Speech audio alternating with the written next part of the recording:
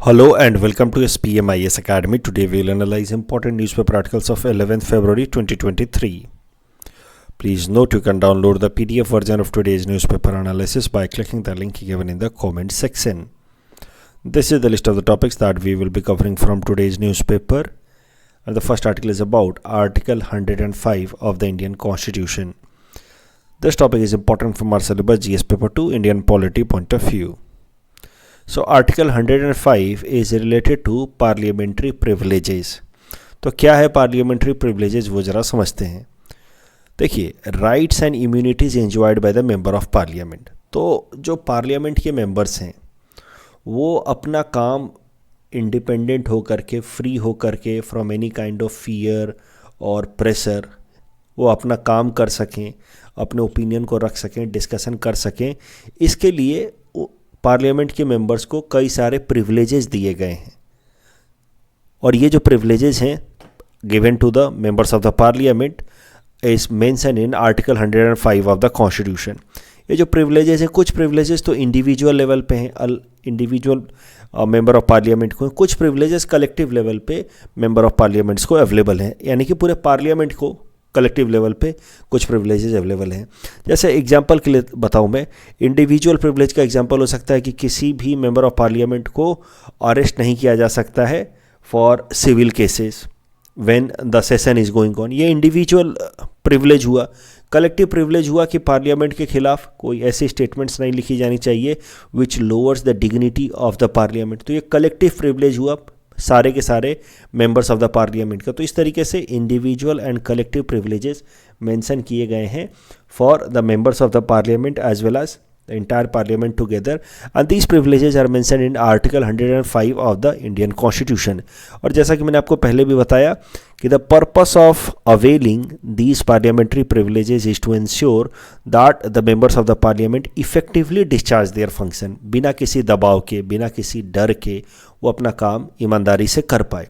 और जिस तरीके से पार्लियामेंट्री प्रिविलेजेस प्रोवाइड किए गए हैं मेंबर्स ऑफ द पार्लियामेंट को अंडर आर्टिकल 105, ठीक उसी तरीके से स्टेट लेजिस्लेचर में जो एमएलएज हैं, मेंबर्स ऑफ लेजिस्लेटिव असेंबली, उनको भी कुछ प्रिविलेजेस दिए गए हैं by the Indian constitution under article 194.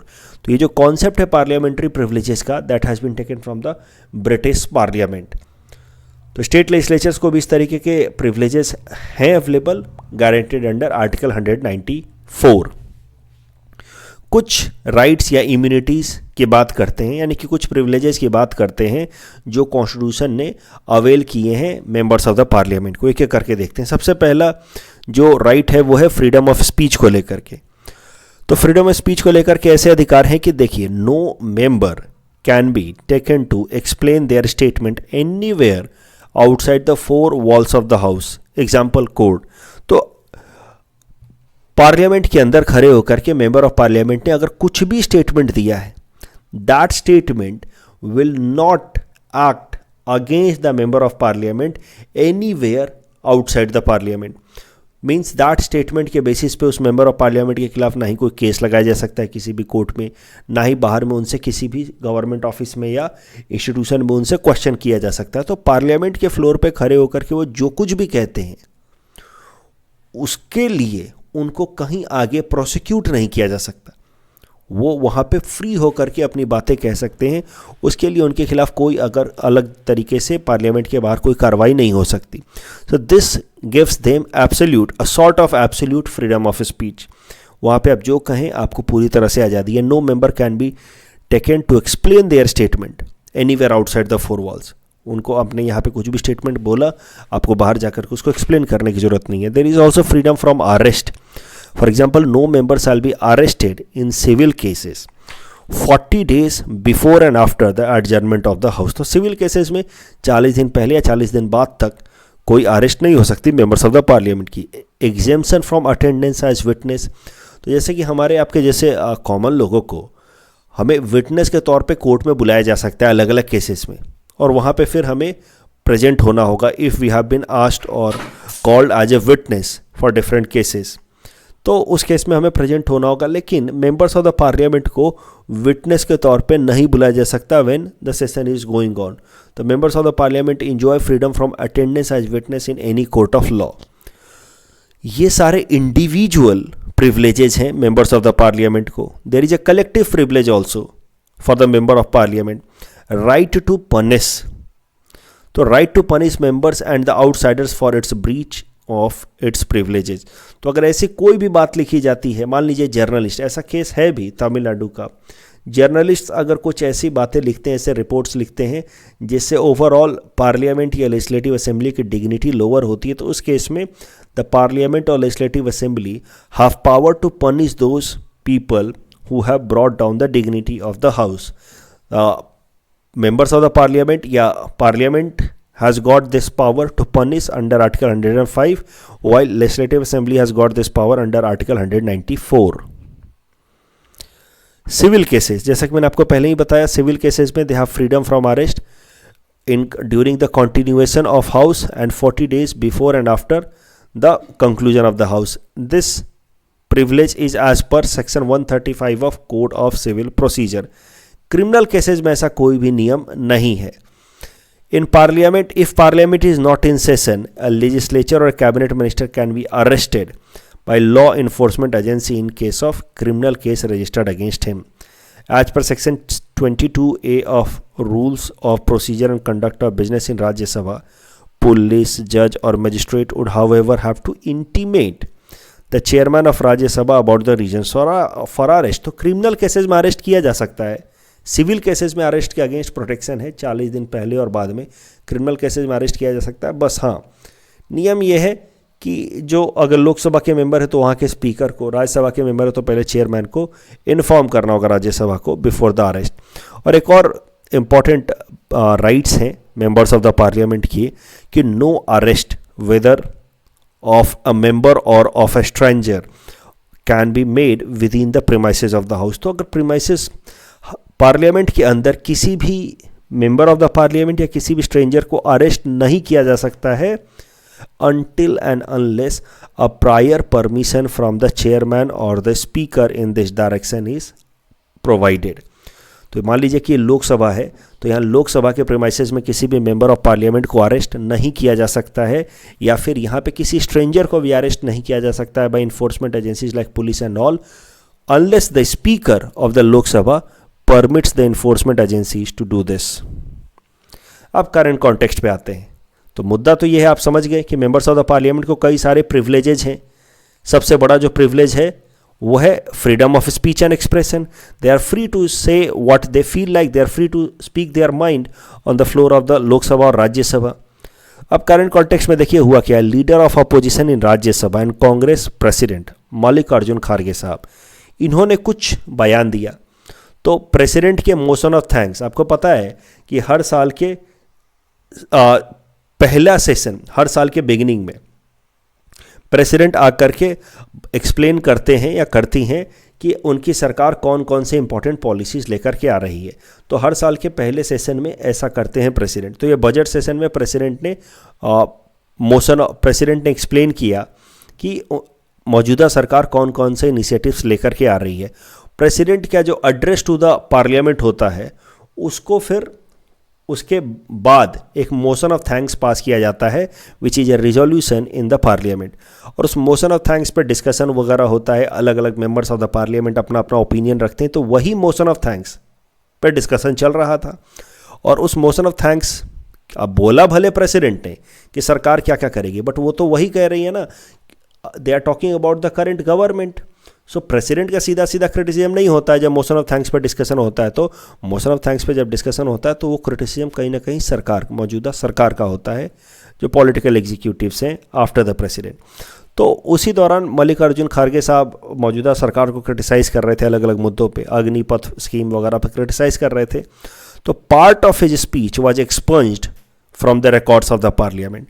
तो उन्होंने जो भी बातें कहीं उसमें से कुछ ऐसी बातें थीं that was slightly offensive as per the speaker of the Lok Sabha, और इसलिए part of the speech was expunged या cut down from the records of the parliament on speaker's order. इस पे अपोजिशन पार्टीज ने काफ़ी ज़्यादा criticise किया, walkout भी कर दिया लोकसभा या राज्यसभा से बाहर, ये कहते हुए कि मेंबर्स ऑफ पार्लियामेंट को पूरा पूरा फ्रीडम ऑफ स्पीच का अधिकार है, guaranteed under article 105 which is a parliamentary privilege.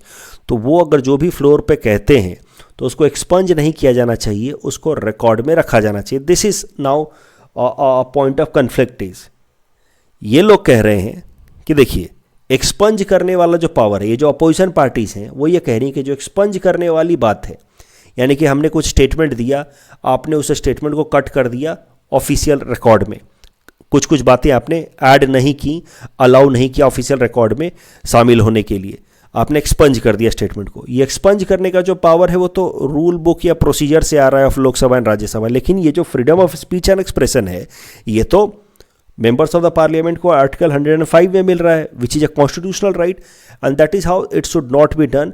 एक्सपंक्शन का जो पावर है उस पर क्वेश्चन किया जा रहा है। तो एक्सपंशन वाला पावर जो है of speaker in Lok Sabha and chairman in Rajya Sabha वो क्वेश्चन में आया है, क्योंकि एक्सपेंशन का जो पावर है यानी कि स्पीच को कट करके ऑफिशियल पर्पसेस के लिए लिमिटेड पार्ट को ही अवेल कराना इन द ऑफिशियल रिकॉर्ड, ये जो पावर है that is not a constitutional power available to the speaker और the chairman. So now this is the debate कि क्या एक्सपेंशन होना चाहिए, क्योंकि members of the parliament enjoy freedom of speech and expression guaranteed under article 105 that gives parliamentary privileges।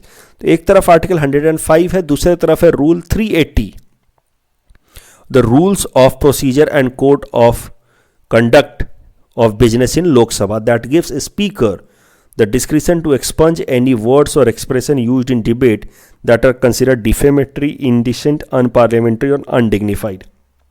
तो speaker को अगर कोई भी बातें डिफेमेटरी, इंडिसेंट या अनपार्लियामेंट्री लगती हैं तो उसको एक्सपंज कर सकते हैं, that is as per the rule book, जबकि the members have freedom of speech and expression as per the constitution, and that is now matter of debate. Even the decision of what part of the speech are to be expunge lies with the presiding officer of the house. तो ये सारा debate है, मुझे लगता है expunction power available to the speaker और the chairman, उस पर सवाल पूछे जा सकते हैं। Second topic is about Azadi Sat-2 satellite. This topic is important from our syllabus GS paper 3 science and technology point of view. तो सबसे पहले इस आर्टिकल को समझने से पहले हमें कॉन्सेप्ट समझना होगा स्मॉल सैटेलाइट लॉन्च व्हीकल का, SSLV। हमारे देश में मैंने पहले भी कराया है डिटेल में, जो लॉन्च व्हीकल्स होते हैं यानी कि वो रॉकेट आप कह सकते हैं, वो रॉकेट्स क्या करते हैं, उनके ऊपर पे लोड के तौर पे लगा रहता है सैटेलाइट्स, और ये रॉकेट्स क्या करते हैं, उन सैटेलाइट्स को जाकर के स्पेस में छोड़ करके आते हैं, ज़्यादातर लो अर्थ ऑर्बिट या मिडिल अर्थ ऑर्बिट या हाई अर्थ ऑर्बिट में उसको छोड़ करके आते हैं। तो रॉकेट्स का काम होता है या लॉन्च व्हीकल्स का काम होता है सैटेलाइट्स को अपने सही ऑर्बिट में लॉन्च करके आना। तो हमारे देश में जो मेनली सैटेलाइट्स लॉन्चर इस्तेमाल किए जाते हैं या रॉकेट्स इस्तेमाल किए जाते हैं वो हैं GSLV, Jio stationery launch vehicle, and अब उसका नाम बदल करके हो गया LMV, और दूसरा है PSLV, polar satellite launch vehicle. हाल फिलहाल में इसरो ने एक तीसरा, वैसे तो पहले भी और भी छोटे छोटे डेवलप हुए हैं, लेकिन तीसरा इंपॉर्टेंट लॉन्च व्हीकल डेवलप किया है इसरो ने, वो है SSLV, small satellite launch vehicle. SSLV इस साल के लिए बहुत ही इंपॉर्टेंट टॉपिक है प्रीलिम्स के लिए, चाहे वो APSC हो या UPSC हो, एंड बोथ मेंस और मेंस या प्रीलिम्स दोनों में ही आएगा। SSLV पे सवाल आ सकता है। स्मॉल सैटेलाइट लॉन्च व्हीकल, ये 3 स्टेज लॉन्च व्हीकल है। 3 स्टेज लॉन्च व्हीकल मतलब 3 स्टेजेज में इसके अंदर से एनर्जी निकलेगी, और तीनों स्टेज जो है वो सॉलिड प्रोपल्सन स्टेज है, यानी कि सॉलिड फ्यूल का इस्तेमाल हो रहा है तीनों स्टेज में फॉर एनर्जी रिलीज।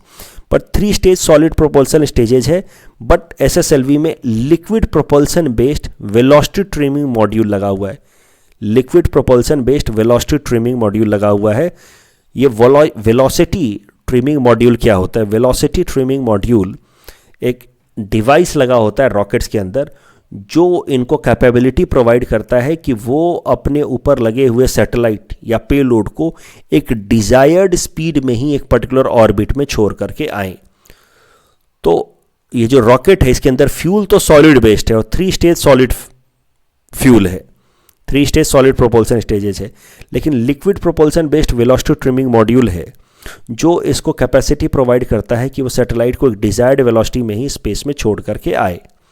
अब इस स्मॉल सैटेलाइट लॉन्च व्हीकल की खासियत ये है कि इसका साइज़ काफ़ी छोटा है, 2 मीटर इन डायमीटर है, 34 मीटर इन लेंथ है, लिफ्ट ऑफ वेट है लगभग 120 ton and capable of launching satellites of weight 10 kg to 500 kg and up to 500 kilometre तक के डिस्टेंस पे, यानी कि लो अर्थ ऑर्बिट में small satellite launch vehicle satellites को लॉन्च कर सकता है। तो इसकी सबसे बड़ी खासियत ये है कि इसको छोटी सी टीम जो है एक्सपर्ट्स या साइंटिस्ट की छोटी सी टीम इसको असेंबल कर सकती है और बहुत ही कम समय में इसको असेंबल किया जा सकता है as compare to 6 months time and about 600 people required to assemble PSLV, polar satellite launch vehicle, जिसका ज़्यादातर इस्तेमाल होता है अलग अलग सैटेलाइट्स को लॉन्च करने के लिए। उसको असेंबल करने के लिए कम से कम 6 महीने लगते हैं और 600 लोग लगते हैं।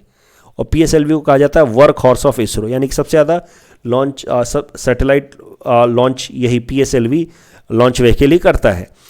इसके तुलना में SSLV में कोई खास ह्यूमन रिसोर्स या टाइम की रिक्वायरमेंट नहीं होती है। इसीलिए SSLV डेवलप किया है इसरो ने, ताकि इसका कॉमर्शियल एप्लीकेशन किया जाएगा। दुनिया के अलग अलग देशों से अगर छोटे मोटे सैटेलाइट हमें स्पेस में लॉन्च करने हैं तो इसरो उसको कॉमर्शियल बेसिस पे, कॉमर्शियल टर्म्स पे, यानी कि कुछ पैसा लेकर के उनको लॉन्च कर सकता है and can make ISRO commercially viable also और कॉमर्शियली प्रॉफिटेबल ऑल्सो।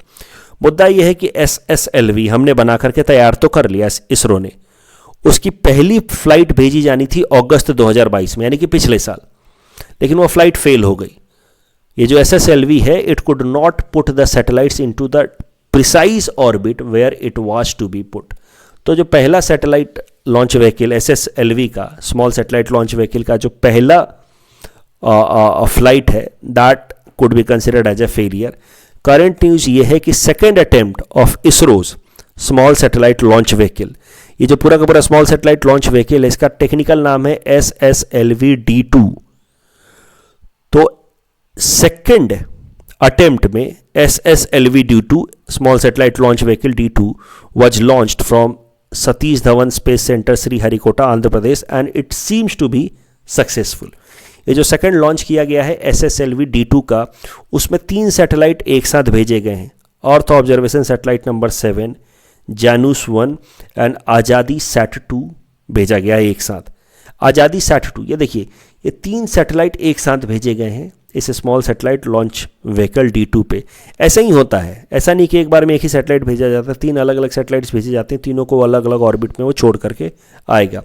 तो SSLV D2 small satellite launch vehicle D2 3 छोटे छोटे satellites, Azadi SAT 2, earth observation satellite 7 and Janus 1 को छोड़ करके आया। इसमें से आज़ादी सैटेलाइट 2 इंपॉर्टेंट है, उसके अलावा जानूस 1 को भी हम लोग ज़रा देख लेते हैं। आज़ादी सैटेलाइट 2 इंपॉर्टेंट इसलिए है क्योंकि ये छोटा सा सैटेलाइट है, क्यूब सैट है, छोटा सा सैटेलाइट है, 8 किलोग्राम वजन है इसका and carries about 75 different payloads. तो इसकी खासियत है आज़ादी सैट 2 की कि इसको हमारे देश के लगभग 750 गर्ल स्टूडेंट्स ने मिलकर के बनाया, यानी स्टूडेंट लेवल पे लोगों ने इस सैटेलाइट को डिज़ाइन किया है, डेवलप किया है। तो एक सैटेलाइट बेस्ड स्टार्टअप है स्पेस किड्स इंडिया, सैटेलाइट के फील्ड के स्टार्टअप है स्पेस किड्स इंडिया। इसने लगभग 750 गर्ल्स स्टूडेंट्स को ट्रेन किया है ऑनलाइन ऑफलाइन और उनको हेल्प किया है, इनेबल किया है कि वो ये सैटेलाइट को डेवलप करें, मैन्युफैक्चर करें। उनकी प्रॉपर ट्रेनिंग हुई है, एक्सपेरिमेंट मटेरियल्स दिए गए हैं। उसके बाद ये स्पेस किड्स के सपोर्ट से 750 बच्चों ने, गर्ल चाइल्ड ने, ये सैटेलाइट आज़ादी सैट 2 से अब सैटेलाइट बना दिया। तो इस सैटेलाइट को इंटीग्रेट भी स्पेस किड्स जो स्टार्टअप है उसी ने किया है विद SSLV D2। उसके बाद जानूस 1 की बात की जाए तो ये टेक्नोलॉजी डेमोन्स्ट्रेटर सैटेलाइट है। टेक्नोलॉजी डेमोन्स्ट्रेटर सैटेलाइट मतलब कोई नई तरह की टेक्नोलॉजी को वो अप्लाई करके दिखाना चाहता है, first only for the purpose of demonstration, फिर फ्यूचर में उसका कॉमर्शियल यूज़ किया जाएगा। तो टेक्नोलॉजी डेमोन्स्ट्रेटर सैटेलाइट है जो US बेस्ड अंतरिक्ष and Indian partner XDL link and Anant technologies का है। It is a 6 unit cube satellite with 5 payloads on board, 2 from Singapore, 1 each from Kenya, Australia and Indonesia. तो जानूस 1 के अंदर भी बाकी 6 छोटे छोटे सब सैटेलाइट्स हैं जिनको लॉन्च करेगा SSLV D2। इस टॉपिक के बेसिस पे प्रीलिम्स प्रैक्टिस क्वेश्चन हमने आपको दे रखा है. Please attempt this question and you can submit the answer in the comment section. The next article is about lithium reserves found in Jammu and Kashmir. This topic is important from prelims exam point of view. देखिए, lithium reserve से related बातें मैंने कल ही newspaper analysis में की थी. कैसे lithium का क्या कहाँ का इस्तेमाल किया जा सकता है, इलेक्ट्रिक व्हीकल में बैटरी बनाने में इस्तेमाल किया जा सकता है, मोबाइल में, लैपटॉप्स में, ये रिचार्जेबल बैटरी बनाने में लिथियम का काम आता है. और लिथियम ट्रायंगल कंट्रीज़ के बारे में मैंने बताया था. कैसे मैंने बताया था कि China is a world leader.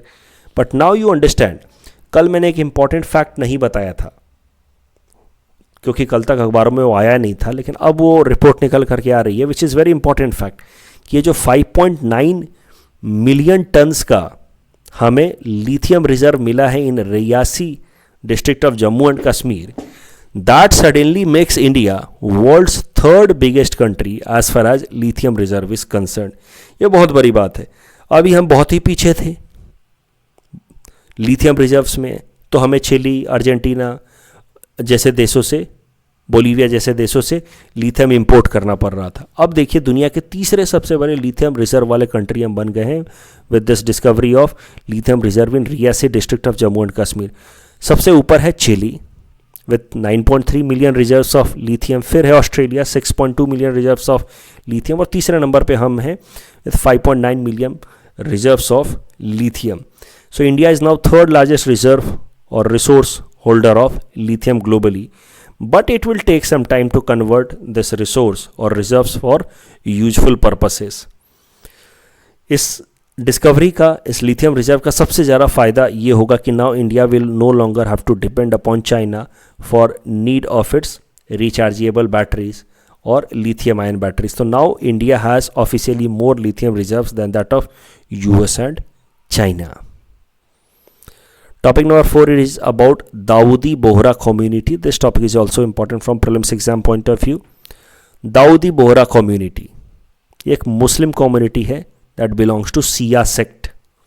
ये मेनली गुजरात में रहते हैं इंडिया के अंदर, और traditionally they engage into economic activities like shopkeeping and traders. Language है इनका Lisan Aldawat, Lisan Aldawat which is a dialect, Lisan Aldawat which is a dialect of Gujarati with some touch of Arabic and Urdu. News में क्यों है? क्योंकि ये दाऊदी बोरा कम्युनिटी के अंदर एक प्रैक्टिस है, वो है एक्स कम्युनिकेशन का. तो एक्स कम्युनिकेशन का प्रैक्टिस क्या होता है? देखिए, ये दाऊदी बोरा कम्युनिटी के जो लीडर्स होते हैं वो किसी भी मेंबर को या उसके फैमिली को एक्स कम्युनिकेट कर सकते हैं from Dawoodi Bohra community. X communicate मतलब कम्युनिटी से बाहर निकाल देना. कम्युनिटी से बाहर निकाल देना. कम्युनिटी से बाहर निकालने का मतलब है कि फिर वो इंसान या उसकी फैमिली मॉस्क में नहीं आ सकती प्रेयर के लिए. वो जो बरियल एरियाज़ हैं dedicated to this Dawoodi Bohra community, उसका इस्तेमाल नहीं कर सकती. तो वो कब्रिस्तान का इस्तेमाल नहीं कर सकती जहाँ पे ये लोग ट्रेडिशनली जाते हैं for burial practices, last rites. ये लोग जो भी फैमिली एक्सकम्युनिकेट हो गई वो मॉस्क में नहीं जा सकती. तो these are certain limitations that are attach to the families और द पर्सन और the individuals who are excommunicated from the Bohra, Dawoodi Bohra community by its leaders. अब ये जो प्रैक्टिस है एक्सकम्युनिकेशन का दाऊदी बोरा कम्युनिटी के अंदर, इस प्रैक्टिस को कहीं ना कहीं फंडामेंटल राइट्स का वायलेशन की तरह देखा जा रहा है. इसको आप देख सकते हैं अनटचेबिलिटी की तरह, कि जो भी एक्सकम्युनिकेट हो जा रहे हैं they are some sort of being treated as untouchable. तो अब ये मैटर भेजा गया है सुप्रीम कोर्ट के कॉन्स्टिट्यूशनल बेंच को, 9 जजेज की कॉन्स्टिट्यूशनल बेंच को. अब ये कॉन्स्टिट्यूशनल बेंच के सामने प्रश्न ये होगा कि क्या ये जो प्रैक्टिस है दाऊदी बोरा कम्युनिटी का of excommunication, it should be allowed seeing it as a matter of religious practice guaranteed under article 25 which gives rights to practice, promote, propagate religious practices. तो क्या आर्टिकल 25 के अंतर्गत एक्स कम्युनिकेशन को allow किया जाना चाहिए as a religious practice, या excommunication की जो प्रैक्टिस है it should be seen against the idea of right to equality guaranteed under article 14 और right against untouchability under article 17. तो ये फैसला करेगी सुप्रीम कोर्ट की 9 जजेज की constitutional bench. Topic number 5 is about Baiga tribe. This topic is also important from prelims exam point of view. देखिए, Baiga tribe एक तरह का ट्राइबल ग्रुप है which belongs to particularly vulnerable tribal group. ये जो बाइगा ट्राइब के लोग हैं they are found in Chhattisgarh, Jharkhand, Bihar, Orissa, West Bengal, Madhya Pradesh and Uttar Pradesh. ये ज़्यादातर ये लोग नोमैडिक जीवन बिताते हैं, यहाँ से वहाँ भटकते रहते हैं। They practice shifting agriculture, shifting cultivation. जो इनकी कम्युनिटी में शिफ्टिंग कल्टीवेशन को कहा जाता है बेवार। महुआ बहुत पीते हैं, महुआ इज़ एन इंटॉक्सिकेंट, तो उसका फूड या ड्रिंक का इस्तेमाल करते हैं ये लोग। महुआ को फर्मेंट करके डिस्टिलेशन करके उससे लीकर बनाया जाता है, देसी लीकर आप कह सकते हैं, जिसका ये लोग इस्तेमाल करते हैं। एक उनके कल्चर का एक इंटीग्रल पार्ट है टैटूइंग। तो हर एक एज के लोगों के लिए या हर एक ओकेजन पे यहाँ पे कल्चर है बाइगा कम्युनिटी के अंदर टैटू बनाने का। Baiga community recently came into news because our prime minister Narendra Modi appreciated efforts of Lahiri Bai, who belong to this Baiga tribe, for her engagement in conservation of more than 150 varieties of millet. तो millet को पूरे दुनिया भर में push किया जा रहा है as a climate smart agriculture practices. International year of millet भी डिक्लेयर किया है 2023 को यूनाइटेड नेशंस ने। तो मिलेट प्रोडक्शन को प्रमोट करने के लिए बाइगा कम्युनिटी के जो एक वुमन है लाहिरी बाई, उनको कमेंट किया है हमारे प्रधानमंत्री नरेंद्र मोदी जी ने। इस कारण से Baiga tribe was in news. ये जो बाइगा ट्राइब के बारे में मैंने आपको बताया कि they are one of the particularly vulnerable tribal group. तो देखते हैं क्या है पर्टिकुलरली वल्नरेबल ट्राइबल ग्रुप। देखिए 1973 में एक कमिटी बनाई गई देभर कमीशन, जिसको रोल दिया गया कि ट्राइबल्स के अंदर भी जो बहुत ही ज़्यादा पिछड़े हुए ट्राइबल्स हैं उनको आइडेंटिफाई करें, ताकि उसके लिए सरकार कुछ स्पेशल स्टेप्स उठा पाए। तो फिर देबर कमीशन ने आइडेंटिफाई किया primitive tribal groups PTG as a separate या special category who are most disadvantaged amongst the tribal group. 2006 में उस पीटीजी ग्रुप जो देवर कमेटी ने आइडेंटिफाई किया था पीटीजी ग्रुप, उसका नाम बदल करके कर दिया गया particularly vulnerable tribal group PVTG. PVTG वो ग्रुप है ट्राइबल्स के अंदर भी जो सबसे ज़्यादा और भी बैकवर्ड हैं। For example they are mostly homogeneous population with a small population homogeneous है, small है, relatively physically isolated, absence of written language, relatively simple technology and slower rate of change। ये सब कुछ फीचर हो रहे हैं पर्टिकुलरली वल्नरेबल ट्राइबल ग्रुप्स के। और हमारे देश में total 75 particularly vulnerable tribal groups identify किए गए हैं। तो पर्टिकुलरली वल्नरेबल ट्राइबल ग्रुप्स जो 75 ट्राइबल ग्रुप्स हैं, these are backward, most backward tribal groups amongst the tribals themselves, and that is why they have been identified as particularly vulnerable tribal groups. And this Baiga tribe is one of the 75 particularly vulnerable tribal group. इस topic के basis पे prelims practice question हमने आपको दे रखा है। Please attempt this question and you can submit the answer in the comment section. कल जो हमने आपको प्रैक्टिस क्वेश्चन दिया था उसका आंसर देख लेते। तो Bhavai belongs to Gujarat, Bhaona to of course Assam and Maach to Madhya Pradesh. तो correct answer would be A2, B3 and C1. So correct answer would be option B. That's all from our side for today. Thanks for watching.